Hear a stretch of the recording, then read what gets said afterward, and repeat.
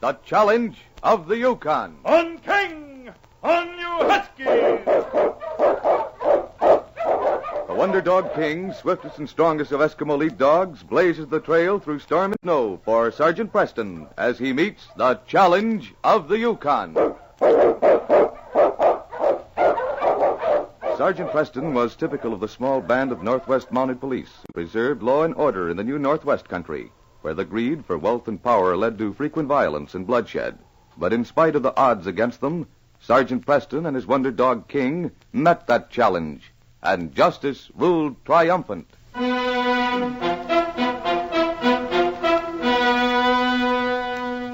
Sergeant Preston of the Northwest Mounted was driving his dog team into Dawson City when he saw Jim Christie and his little daughter Sally at the edge of the trail. Hello, King. Hello, you Huskies. Hello there, Jim. Hi, Sally. Hello, Sergeant Preston. Can I give you a lift? I'm going your way. You sure can. It'll help if I don't have to lug this tree home on my shoulder. Put it on the sled. Sally can ride, too. Oh, thanks, Sergeant Preston. This is my Christmas tree. Daddy let me help pick it out. He just cut it down. And it's a fine tree, too. Put it right here, Jim. There we go. I'm so glad you're back, Sergeant. Now you can stop and see Frisky. He's grown since you left. Sally, Sergeant Preston's probably tired. He won't want to stop and see your puppy. Well, I'd like to see him. Come on, Sally. I'll lift you up on the sled. Thank you. She sure worships that pup you gave her, Sergeant. He's going to have a nice Christmas, too. I'm hanging a stocking up for him right beside mine. Frisky's a lucky little dog having you take care of him. Well, we all ready? Yep. I'm ready. On King! On you Huskies! Planning to spend Christmas in Dawson, Sergeant? Well, yes, I have my cabin here, and it seems more like home. This is going to be the best Christmas Mary and Sally and I have ever had. I'm glad to hear that, Jim. You've had some hard luck. The best Christmas present of all is that I'm getting out of debt at last. Had a fine trapping season. I thought I'd never be able to pay back that money I borrowed from Crane. But I think I have enough furs to do it. Well, that is good news. Crane's a hard man. I borrowed money from him last year. Then I didn't find gold. Took to trapping in desperation, but it sure paid off. I've got enough fox skins in my cabin to pay that debt and have some left over. We'll have to have a real celebration this year. What's wrong with King? Whoa, hi, you Huskies! Listen. Did you hear someone call? That's Mary. Come on, Sergeant. Here, King. Come on, fella. Jim, look. Isn't that smoke by your cabin? It looks like it. Jim! We're coming, Mary. Oh, Jim! The cabin's on fire! Oh, I'm afraid it's too late. Take care of Sally, Mary. Come on, Sergeant. Oh, Jim, be careful! My furs. I've got to save them. They're all in there. Easy, Jim. We'll do what we can. The whole side of the cabin is burning. That's the side my furs are in. Jim, it's too late. It's going to cave in. Don't go in there. I've got to have them. Jim, come back here. Jim! Oh, stop him, Sergeant! It's too late, Mary. Oh, Daddy! Come on, King. Oh, Sergeant, Jim's going to get Just drowned. one side caved in. I'll get him. Jim, where are you? Over here. Help. I'm caught. I'll lift this beam off. There. I'll get your arm around my neck. All right.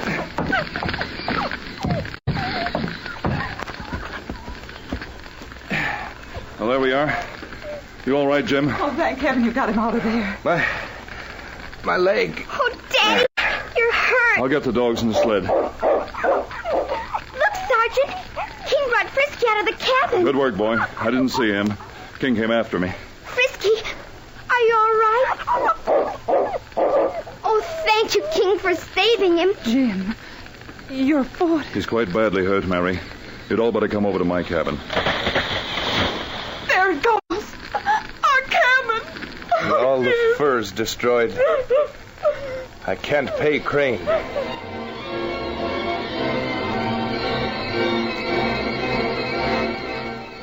Jed Crane was the wealthiest man in Dawson. He sat alone in his office that evening, and a frown deepened the wrinkles between his cold blue eyes as he added a column of figures. 3, 7, 12.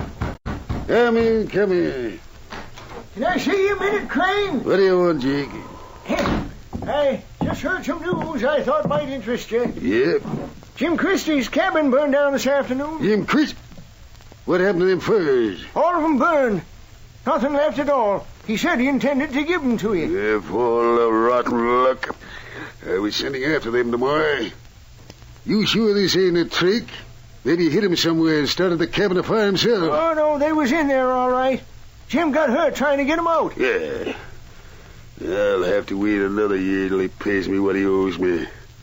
I was sure a fool to take a chance on him. It's kind of hard on his family, just before Christmas and all. I'll live through it.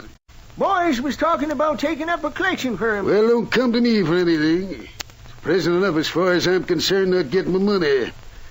This Christmas business is a lot of sentimental bosh anyway. Well, it's just for the kid. Nobody cared about my Christmas when I was a kid. It was just another day. Another day in a lousy orphanage.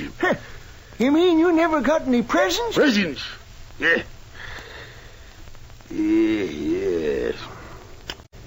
Yep, I did get a present once. Yeah? It was Christmas time. Little girl visited the orphanage with her pa and ma. We thought they were looking for a kid to adopt. Well, Out of a clear sky, she come up to me and handed me a toy dog she was carrying and said, "Merry Christmas." land sakes. It was the first present I ever got. I cried over the thing in bed that night. Carried it around under my shirt for a week. And I waited and hoped. Well, they didn't adopt the kid. My. They never came back. Then one day I threw the dog away. As far as I could throw it. And I always hated Christmas. Shucks. Well, you've made up for it since. Well, you did, by being as hard on everybody as it was hard on me. It's the only way. Well, the boys was all talking about giving something for the kid's sake. Of course, now, if they was all to give enough, say each give a gold nugget, Yeah, they could start Jim up in business again. sure, maybe they would be fools enough to. It might be worth a try. What are you talking about? Yake, I'll start the ball rolling. Enough nuggets to trim the tree around the top. I'll give the first nugget a big one, the size of my thumbnail. Of course, Crane, you ain't thinking that maybe you'll get your money if Jim gets enough nuggets to pay you. I never give it a thought. Now, Jake, here's a chance for you. If you ballyhoo this thing right and Jim does get enough to pay me, I'll give you 10%. It don't seem quite right somehow. Of course it's right. Otherwise, he's going to have a big debt hanging over his head. Might take a year to pay off. Oh, it'll take more than that.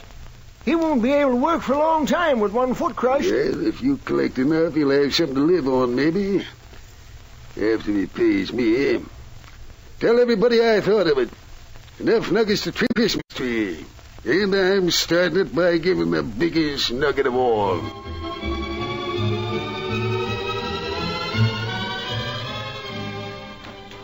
Hello, Sergeant. Hello, Sergeant Preston. Hello, Sergeant. Well, Jim, cheer up. I have good news for you. Good news? I can't tell you all about it. It's a surprise. But everything's going to be all right. What do you mean? If you weren't so blue about everything, I wouldn't even give you a hint. But there's a chance that you're going to have as fine a Christmas as you planned before the fire. What? I'll tell you this much. Jed Crane's a fine man, after all. I guess we were all wrong about him. Jed Crane. You mean Jed Crane is bothering about our Christmas? He wants you to have a better Christmas than you've ever had before. He's the bottom of everything. I'm just as surprised as you are.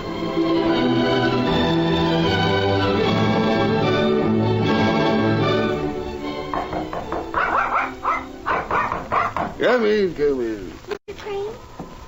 Yes. Who are you? I'm Sally Christie. Oh. Sit down, sit down. I came here to... Well, Sergeant Preston told me about the big surprise you planned for Daddy. Oh, you did? And I thought it would be nice if you'd be there when he got it. Christmas Eve. Well, I don't think I'm afraid I'll be busy. You mean you'll be trimming your tree or something? No, I don't believe in them. What? But didn't your family... Let's not talk about it. But you'll believe in them if you come over and see mine. Oh, please come, Mr. Crane. Just Sergeant Preston and Daddy and Mama and I'll be there. I don't like Christmas. Maybe that's 'cause you're all alone. Maybe if you come... All right, I'll come. Run along now. I'm busy.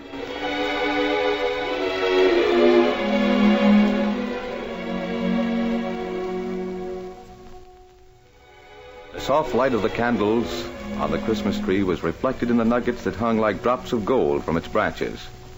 Sally smiled as she looked at the happy face of her father, and Mary and Sergeant Preston lifted his chair near the tree. Then she noticed Jed Crane off in the corner by himself. His wasn't a happy face. His eyes had almost a desperate look, and Sally suddenly felt sorry for the old man. She left the others and went to him quietly. Mr. Crane. Yeah? Could I sit on your knee? Well, sure. There you are. Isn't it a wonderful Christmas tree? It's, yep, awful pretty. Doesn't it make you believe in Christmas just a little? I guess so, a little. You've been so good to us. Daddy's so happy again. No, child, I ain't. Sergeant Preston said you started everything. Mama says my stockings will be full of presents in the morning. I'll bet that's a fine feeling to find a stocking full of presents on Christmas morning. Did you like it when you were a little boy? I don't know. Let's not talk about it. Mr. Crane, I want to do something. I want to give you a Christmas present. Me? Oh, no. The trouble is, everything we had was burned except... Well, the only thing I had to give is Frisky. You mean you want to give me your pup? He's really a wonderful dog. I know you'll love him, and maybe you'll let me come over and play with him once in a while. But, Sally, he's all you got. It isn't 'cause I don't love him. I do. But it's Christmas, and you just gotta have a present. Sally, thank you, my dear. Merry Christmas, Mr. Crane. Sally, wait a minute. Don't go. I have a better idea. You know, there's another present I'd rather have. Another present? But I wish you'd... Well, maybe this sounds kind of funny, but I wish you'd kind of adopt me for a sort of uncle. Adopt you? Why, that'd be wonderful. I haven't any uncles, and you belong to our family. Yep, I'd belong. Of course I'll adopt you, Uncle Jed. You keep Frisky and bring him over to my house once in a while. And someday I'll tell you a story about a little boy and another little girl and a dog. A toy dog. But that story ended different. He wasn't adopted. What are you talking about? I just adopted Mr. Crane. He's my Uncle Jed. Why, Sally. Your Uncle Jed? Fine, Sally. Well, welcome to the family, Uncle Jed. Jimmy, being as how that money you owe me is all in the family, we're going to forget all about it. Why, I don't know what to say. Didn't I tell you, Jim? Isn't this the best Christmas you ever had? Even King and Frisky think so. Sergeant Preston, that's the first time that dog of yours ever wagged his tail, ma'am. Why, he's just trying to say what we all want to say. Merry Christmas, Uncle Jed.